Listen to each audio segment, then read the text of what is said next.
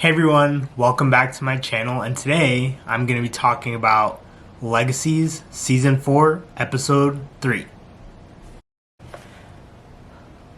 Now, this episode kicks off with, us seeing Malivore Ethan, acting all bad, going up to, I wrote his name down, Blake, who's that football player, talking about how he's enhanced now, he's healed now. He takes Blake to where Malivore Landon was, and Malivore Landon kind of puts some of that goop in his face too.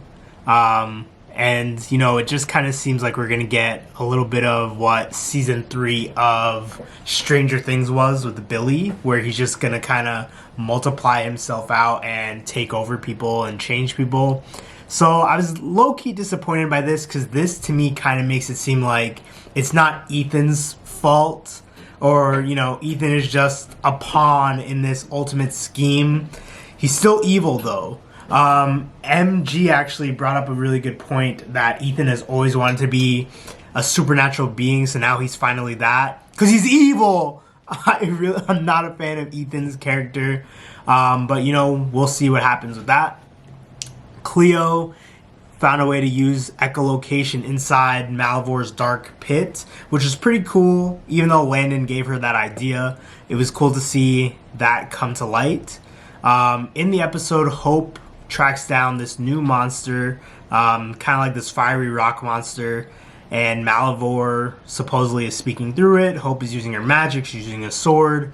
She ends up killing this monster, and it turns out that monster was Blake. So now Hope has actually killed an innocent, I think really for the second time. I believe the first time was the accidental, I think she pushed someone into a bookshelf or something, or someone fell on top of a bookshelf, but it was her fault, and that's what activated her werewolf curse. It's been a while.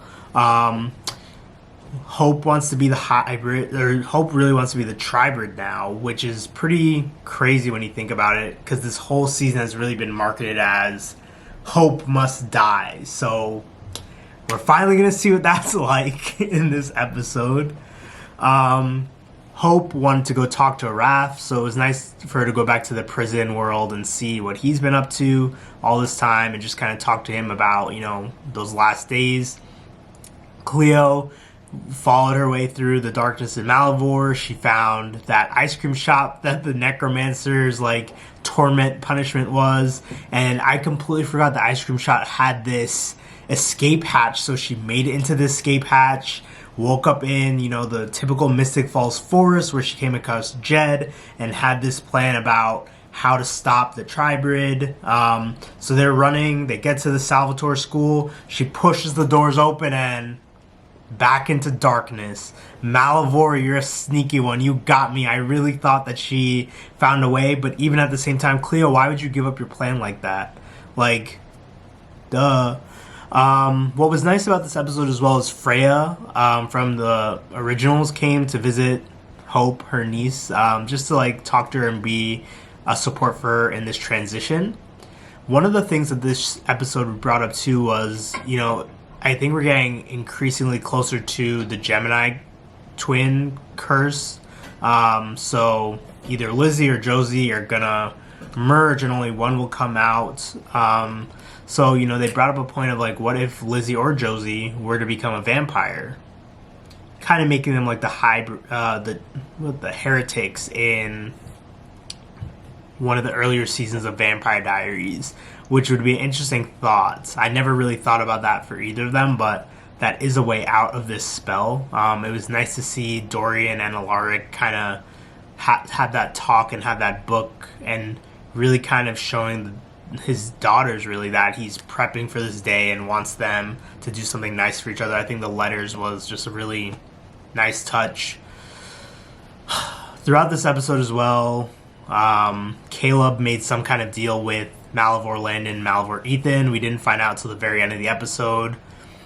Caleb has now joined the other side. He is with them. He's now a changed creature by Malivore. He seems to be merged with a dragon. to be honest, to be 100% honest with you, Caleb has always been on edge for me. So this just proves it. Caleb is evil, and I'm really looking to see what happens next. There's no way to come back from this. So now it's Landon, Caleb, and Ethan. They're all on my list. So looking forward to seeing what happens in the next episode. Please leave a comment on what you thought about the episode, and don't forget to subscribe, and I'll see you in the next one. Peace.